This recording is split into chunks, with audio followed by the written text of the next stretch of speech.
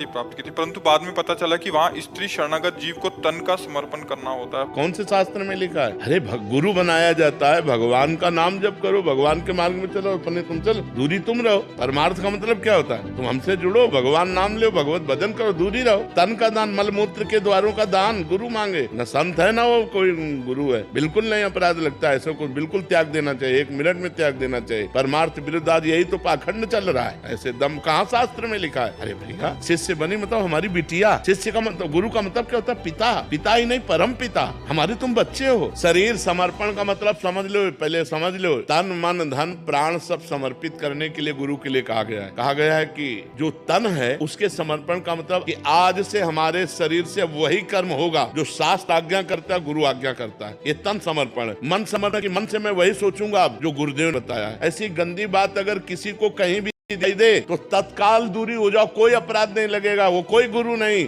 वो कालने में बैठा हुआ है, पाखंड का रूप लिए हुए, वो गुरु नहीं है। गुरु वही है प्राप्त की थी, परंतु बाद में पता चला कि वहाँ स्त्री शरणागत जीव को तन का समर्पण करना होता है। कौन से शास्त्र में लिखा है? अरे गुरु बनाया जाता है, भगवान का नाम जप करो, भगवान के मार्ग में चलो, अपने तुम चलो, दूरी तुम रहो। परमार्थ का मतलब क्या होता है? तुम हमसे जुड़ो, भगवान नाम लो, भगवत भजन करो, दूरी रहो। तन का दान, मल मूत्र के द्वारों का दान गुरु मांगे। न संत है ना वो कोई गुरु है। बिल्कुल नहीं अपराध लगता है, ऐसे को बिल्कुल त्याग देना चाहिए, 1 मिनट में त्याग देना चाहिए। परमार्थ विरुद्ध आज यही तो पाखंड चल रहा है। ऐसे दम कहाँ शास्त्र में लिखा है? अरे भैया, शिष्य बनी मतलब हमारी बिटिया। शिष्य का मतलब, गुरु का मतलब क्या होता है? पिता। पिता ही नहीं, परम पिता। हमारे तुम बच्चे हो। शरीर समर्पण का मतलब समझ लो, पहले समझ लो। तन मन धन प्राण सब समर्पित करने के लिए गुरु के लिए कहा गया है। कहा गया है कि जो तन है उसके समर्पण का मतलब कि आज से हमारे शरीर से वही कर्म होगा जो शास्त्र आज्ञा करता है, गुरु आज्ञा करता है। ये तन समर्पण है। मन समर्पण की मन से मैं वही सोचूंगा जो गुरुदेव ने बताया है। ऐसी गंदी बात अगर किसी को कहीं भी